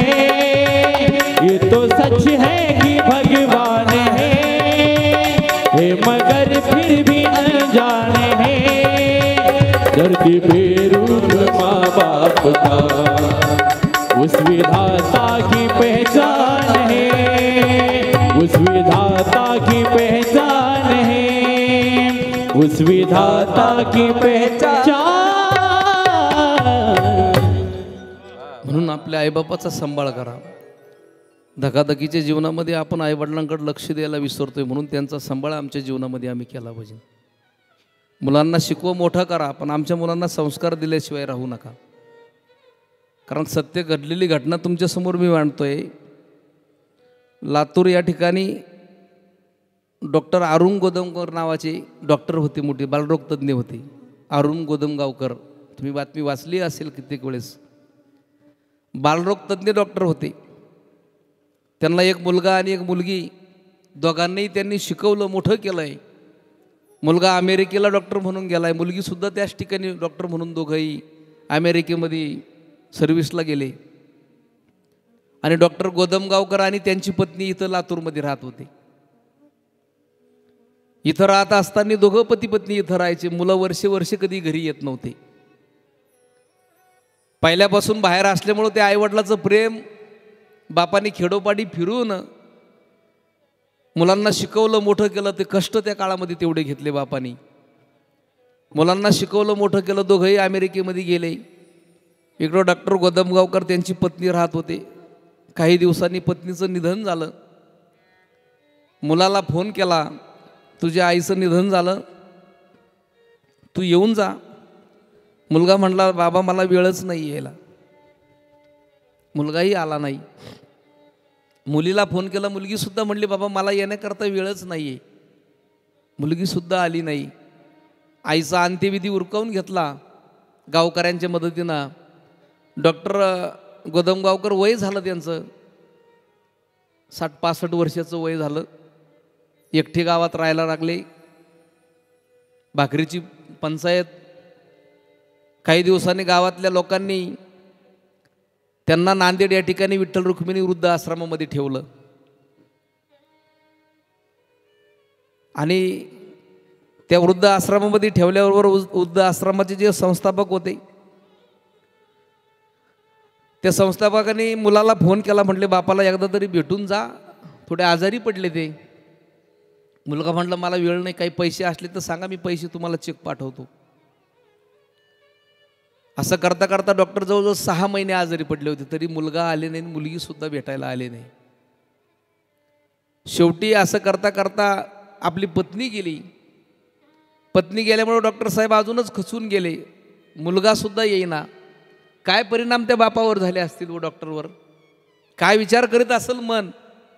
आयुष्यभर कष्ट केले, राबलो, सायकलवरती फिरून खेडोपाडी फिरलो, ते पैसे कमवले, मुलांना शिकवलं, मोठं केलं, अमेरिकेला पाठवलं, पण मुलगा बी मुलगी बी तिथून यायला तयार नाहीये. आजारी पडल्यामुळं मनात विचार येत गेले डॉक्टर साहेबाच्या, आणि त्यांचं सुद्धा एक दिवस निधन झालं. आश्रमाच्या संस्थापकाने त्यांना फोन केला मुलाला, तुमचे वडील वारले, तुम्ही अंत्यविधीला या. मुलांनी काय उत्तर द्यावा. मुलगा म्हणला आता वारलेच ना, अंत्यविधीचा काय खर्च असेल तो मी पाठवून देतो, मला यायला जमणार नाही. आता विचार करा, मला हे म्हणायचं आहे, मुलं शिकून मोठं करण्यापेक्षा बाहेर पाठवण्यापेक्षा अडाणी ठेवून घरी ठेवले असते ते बरे ना. शिकून जर आमच्या मुलांना आम्ही जर संस्कार दिले नाही तर ही वेळ येत असती. कारण मुलांना शिकवा, मोठं करा, मी म्हणत नाही मोठं करा, पण त्याला आपला लळा राहू द्या, आपल्या जवळ त्या मुलाला ठेवा, त्याला आई आपली कळली पाहिजे, आपला बाप कळला पाहिजे, आणि मुलांना सुद्धा भान ठेवलं पाहिजे आपल्या आईवडिलाचं, ज्यांनी कष्ट घेऊन आम्हाला शिकवलं, मोठं केलं आहे, त्या आईबापाला आम्ही कसं सांभाळ केला पाहिजे, त्यांना कुठल्याही प्रकारचा त्रास आम्ही दिला नाही पाहिजे. म्हणून जीवनामध्ये जीवन जगत असताना, धकाधकीच्या जीवनामध्ये प्रत्येकजण पैशाच्या पाठीमागं पळतोय, पण ते पळत असताना आपल्या मुलांना चांगले संस्कार देत चला, चांगले विचार देत चला. माझ्या छत्रपती शिवाजी महाराजांचे विचार द्या, माझ्या माऊलीचे विचार आमच्या मुलांना द्या, आणि हे विचार जर आमच्या मुलांना आम्ही चांगले दिले तर आमचं भविष्य चांगलं जाईल. म्हणून चांगलं जीवन जगा, आणि जीवन जगत असताना समाजामध्ये सुद्धा ज्याला गरज असेल त्याला मदत करत चला. ज्याला गरज असेल समाजामध्ये त्याला मदत केली पाहिजे. आम्ही मोठमोठे वाढदिवस साजरे करतो, लाखो रुपयाचे फटाके वाजवतो, लाखो रुपयाचे DJ वाजवतोय, वाढदिवस साजरे करतो. हे करण्यापेक्षा एखाद्या जिल्हा परिषदेच्या शाळेमध्ये जा, अनाथ आश्रमामध्ये जा, त्या मुलांना वही घेऊन द्या, पुस्तकं घेऊन द्या, पेन घेऊन द्या. त्या पुस्तकावरती, त्या पेनावरती मुलगा शिकला, मोठा झाला, तोच तुमच्या आयुष्यामध्ये आशीर्वाद मिळणार आहे. DJ वाजवून फटाके फोडून आशीर्वाद मिळेल का? नाही. म्हणून त्या मुलांना मदत करा, ज्याला गरज असेल त्याला समाजामध्ये मदत करत चला. म्हणून जीवनामध्ये आम्ही ज्याला त्याला मदत केली पाहिजे ना. आजही आपल्या देशामध्ये दान करणारे माणसं भरपूर आहे ना. डॉक्टर तात्याराव लहाने ऐकून असाल, लाखो ऑपरेशन ते तात्याराव लहाने साहेबांनी फ्री केले समाजाची. आजही त्यांचेच लहाने बंधू डॉक्टर विठ्ठलराव लहाने आजही गरिबाचे 4-4 ऑपरेशन फ्री करतायत. डॉक्टर विठ्ठलराव लहाने. डॉक्टर विठ्ठलराव लहानेंना एका पत्रकाराने विचारलं, डॉक्टर साहेब तुम्ही आजही गरिबाचे 4-4 ऑपरेशन का फ्री करतात? डॉक्टर साहेब म्हणले, त्यांनी स्वतःची परिस्थिती सांगितली. डॉक्टर साहेब म्हणले, मी लहान होतो, परिस्थिती गरिबीची होती, घरामध्ये धान्यसुद्धा खायला व्यवस्थित नव्हतं, आई दुसऱ्याच्या कामाला जायची, बाप दुसऱ्याच्या कामाला जायचे, आणि आईनं मला एक दिवस सांगितलं, बाळा शेजारच्या मावशीकडे जाणे एक साडी मला घेऊन ये, म्हणले मला गावाला जायचं आहे. डॉक्टर साहेब म्हणले, पळत गेलो शेजारच्या मावशीकडं आणि त्या मावशीकडून एक साडी घेऊन आलो, पण आल्यावरती मला राहवलं नाही. मी आईला विचारलं, आई तुझ्याकडे एकही साडी नाही का गं, तू मला शेजारच्या मावशीकडे आणण्याकरता पाठवलं? डॉक्टर साहेब म्हणले, आई म्हणली, बाळा अरे गावाला घालून जाण्यासाठी माझ्याकडे एकही साडी नाही आहे. डॉक्टर म्हणले, ते आईचे मी ते शब्द ऐकले आणि डोळ्यात पाणी आलं. विचार केला, आई रात्रंदिवस कष्ट करते, गावाला जाण्यासाठी तिच्याकडे एक साडी सुद्धा नाही, किती कष्ट किती. आणि डॉक्टर साहेब म्हणले, मी त्याच दिवशी विचार केला, जीवनामध्ये एवढे कष्ट करायचे, इतका अभ्यास करायचा, इतका अभ्यास करायचा, एवढे कष्ट करायचे, आईला दररोज एक नवी साडी घेऊन देता आली पाहिजे, एवढे कष्ट करायचे म्हटले. खूप कष्ट केले म्हटले. माझ्या आईपेक्षा मोठे असणारे तात्यारावला आणि त्यांनी सुद्धा खूप कष्ट केले. मी परळीला कॉलेजला असताना त्यांनी सांगितलं, त्या कॉलेजच्या आवारामध्ये नारळाची झाडं होती आणि 1 किलोमीटरवरून कावडीनं पाणी त्या नारळाच्या झाडाला पाणी घालायचं. कॉलेज मला त्यावेळेस महिन्याला 30 रुपये द्यायचे म्हटले. परिस्थिती नव्हती आणि त्याच 30 रुपयामध्ये खोली भाडं भरायचं, सकाळचा नाश्ता करायचं, जेवण तर नव्हतंच म्हणले आयुष्यामध्ये. मेडिकल कॉलेजला राहिलो, इतके कष्ट केले आणि एक दिवस महाराष्ट्रामधला नंबर 1चा प्लॅस्टिक सर्जन डॉक्टर झालो म्हटले. आईवडिलांनी केलेल्या संकटाचं चीज झाला असं वाटायला लागलं. आईला दररोज एक नवी साडी घेऊनही देत होतो डॉक्टर साहेब म्हटले, दररोज नवी. आईला बापाला फुलात ठेवायचं म्हटले. आणि एक दिवस मात्र माझ्या ओपीडीमध्ये गडगंज पैसा कमावला, भरपूर धन कमवलं म्हटले. आणि माझ्या ओपीडीमध्ये एक गरीब बाप आपल्या मुलीला घेऊन आला म्हटले. आल्याबरोबर त्या मुलीचं होठ चिरलेला होता. मुलीचं वय 20 वर्षाचं झालं होतं. मुलीचं लग्न जमत नव्हतं होठ चिरल्यामुळं. आणि तो बाप म्हणत होता, डॉक्टर साहेब माझ्या मुलीच्या होठाची प्लॅस्टिक सर्जरी करायची, तिचं लग्न जमत नाही, किती खर्च येईल? डॉक्टर साहेब म्हणले 6 लाख रुपये लागतील. डॉक्टर विठ्ठलरावला आणि त्या बापाला म्हणले. असं म्हणल्याबरोबर बापाच्या डोळ्यात पाणी आलं. म्हणले डॉक्टर साहेब माझ्याकडे एवढे पैसे नाही, शेतकरी माणूस आहे, गरीब माणूस आहे, मी एवढून पैसे कुठून आणू एवढे? नका करू म्हणले ऑपरेशन, माझ्या मुलीला मी घरी घेऊन जातो. डॉक्टर साहेब म्हणले बाप तो असं म्हणत होता आणि तो सांगत असताना माझ्या डोळ्यात पाणी आलं. मला माझे स्वतःचे जुने दिवस आठवले. जुने दिवस आठवल्याबरोबर मी विचार केला का त्या बापाला म्हटलं बाबा काळजी नका करू, मी त्या मुलीचं फ्री ऑपरेशन करून देतो म्हटले, फुकट ऑपरेशन करतो, तुम्ही काळजी करू नका म्हटले. डॉक्टर साहेब म्हटले त्या मुलीचं ऑपरेशन मी फ्री केलंय. तिचं ऑपरेशन सक्सेस झालं. 6 महिन्यानंतर त्या मुलीचं लग्न जमलं आणि बाप माझ्या ओपीडीमध्ये पेढे घेऊन आला म्हणले, पेढ्याचं बॉक्स हातात घेऊन आला. डॉक्टर साहेब म्हणले तो माझ्याकडे बघत होता, त्याच्या डोळ्यात पाणी तरळत होतं आणि तो म्हणत होता डॉक्टर साहेब आतापर्यंत मी देवाला नाही बघितलं, आतापर्यंत मी भगवंताला बघितलं नाही, पण डॉक्टर साहेब खऱ्या अर्थाने तुमच्या रूपाने मी भगवंत बघतो म्हणले समोर. डॉक्टर साहेब म्हणले मला एवढं समाधान वाटलं, एवढं समाधान वाटलं. तो ज्या वेळेस म्हणत होता मी समोर देव बघतोय, मला इतकं समाधान वाटत होतं, इतकं समाधान वाटत होतं. त्या बापाने माझ्या हातावरती एक पेढा ठेवला म्हणले पेढा. मी त्या पेढ्याकडे बघत होतो आणि आयुष्यभर कमवलेली प्रॉपर्टी त्या पेढ्यासमोर खुजी वाटत होती, म्हटले लहान वाटत होती. एवढं मनात समाधान वाटलं आणि त्याच दिवशी ठरवलं का आजपासून गरिबाचे 5 ऑपरेशन फ्री करायचे. 5 म्हणजे आजही दान करणारे माणसं आहे ना समाजामध्ये. हेच उदाहरण मी आपल्या श्रीरामपूरमध्येच माळेवाडी या ठिकाणी सांगत होतो. तर आमच्या वाडगावचा कुठला तरी एक ग्रस्त होता, त्याच्या डोळ्यात पाणी आला, तो माझ्याजवळ आला. तो म्हणले डॉक्टर साहेब मला म्हणले महाराज तुम्ही जे उदाहरण सांगितलं ना, आणि त्याच विठ्ठलरावला अनेकडे माझ्या मुलीचं ऑपरेशन फ्री करून आलो म्हटले मी. म्हणजे मला एवढं समाधान वाटलं. त्याच्या ह्या मुलीच्या बापाच्या सुद्धा डोळ्यात पाणी होत आहे. आजही समाजाला दान करणारे माणसं समाजामध्ये आहे ना. म्हणून जीवनामध्ये जीवन जगत असताना दान करत चला. ज्याला गरज असेल त्याला अवश्य दान करा. समाजामध्ये खूप गरीब मुलं आहे, गरीब लेकरं आहेत ना. आमच्या सिंधुताई सपकाळला अनाथ मुलं सांभाळले हो, हजारो मुलं त्या महिना सांभाळले असतील. आज त्या सिंधुताईंना सांभाळलेली मुलं कोणी क्लास 1 अधिकारी, क्लास 2 अधिकारी, अनाथ मुलं ते आहे ना सांभाळले.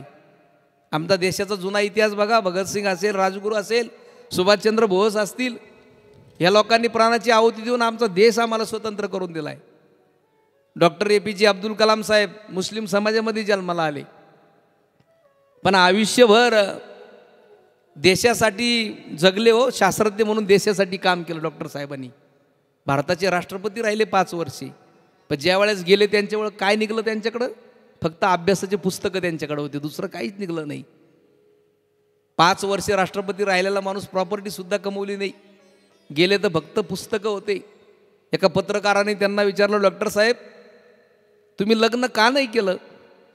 ते म्हणले देश सेवेमध्ये एवढा रत होऊन गेलो होतो, एवढा मग्न होऊन गेलो होतो ना, माझं लग्नाचं वय कधी आलं कधी निघून गेलं हे मला कळलं सुद्धा नाही म्हटले. हे देशाकरता दिलेलं प्राणदान या लोकांचं आहे.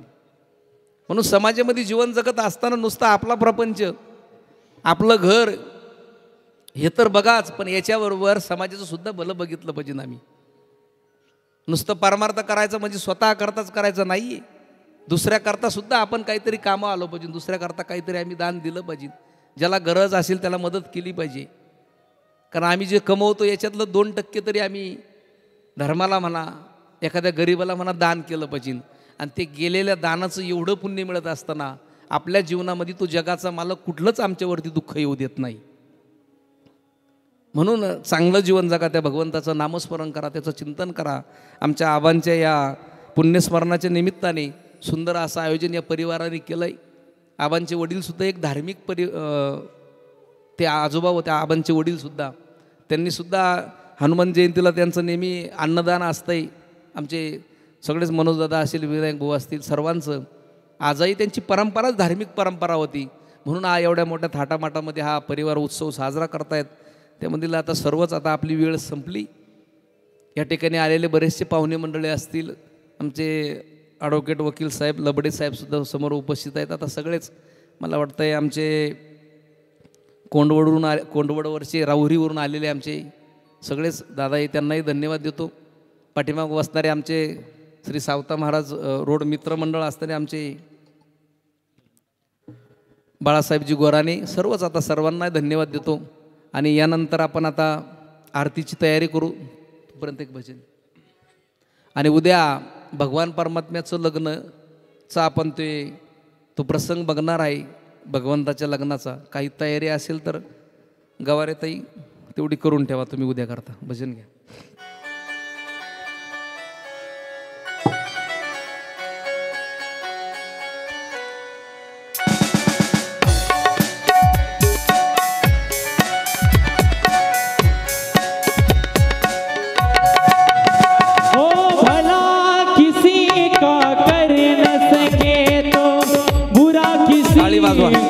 मत करना, पुष्प नहीं बन सकते तो तुम कांटे बन कर मत रहना, कांटे बन कर मत रहना।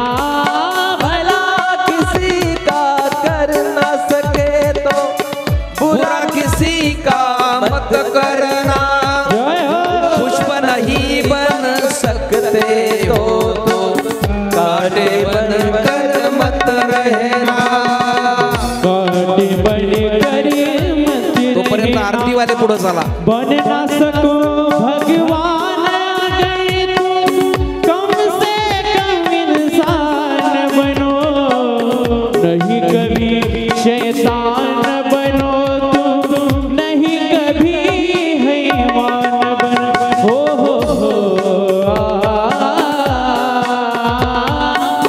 सदाचार अपना ना सके तो पापों में पग मत धरना, पुष्प नहीं बन सकते तो तुम कांटे बन कर मत रहना, कांटे बन कर मत रहना। भला किसी का कर न सके बुरा किसी का मत करना, पुष्प नहीं बन सकते तो तुम कांटे बन कर मत जय हो। कांटे बन कर मत रहना।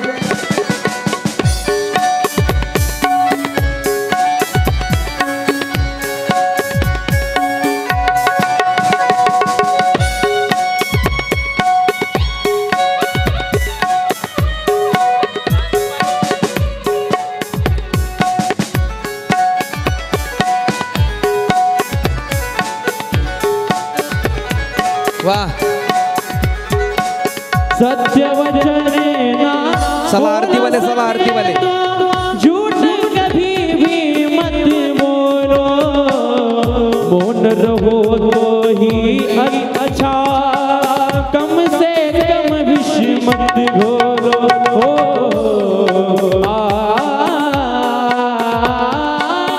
बोलो यदि पहले तुम बोलो, फिर मुंहों को खोला कर लेते तो तुम कांटे बन कर मत रहना, भला किसी का कर ना सके, बुरा किसी का मत करना, दुश्मन नहीं बन सकते तो तुम कांटे बन कर मत रहना। ओ राजा राम राम राम सीता राम राम टाळी वाजवा टाळी।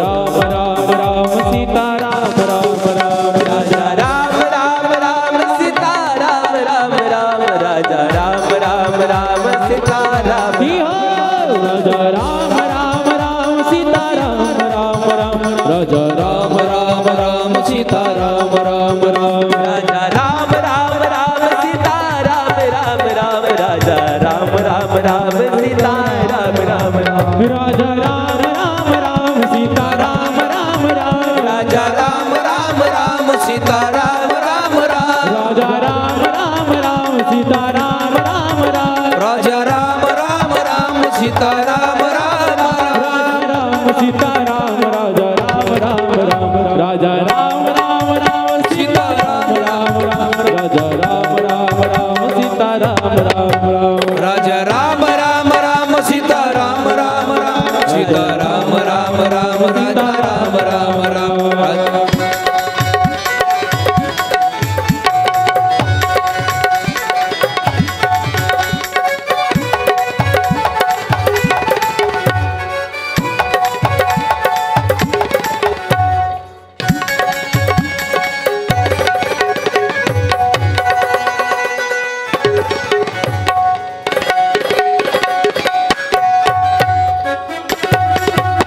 हरि बोल, जय हो जय हो जय हो। जय हो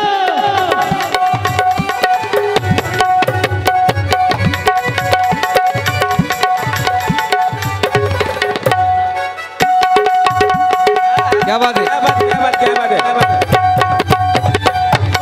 जय हो, ताली ताली ताली। गोपाल कृष्ण भगवान की की जय। श्रीमद् भागवत महापुराण की जय। जय जय श्री राधे। चला आरतीची यजमान, चला लवकर।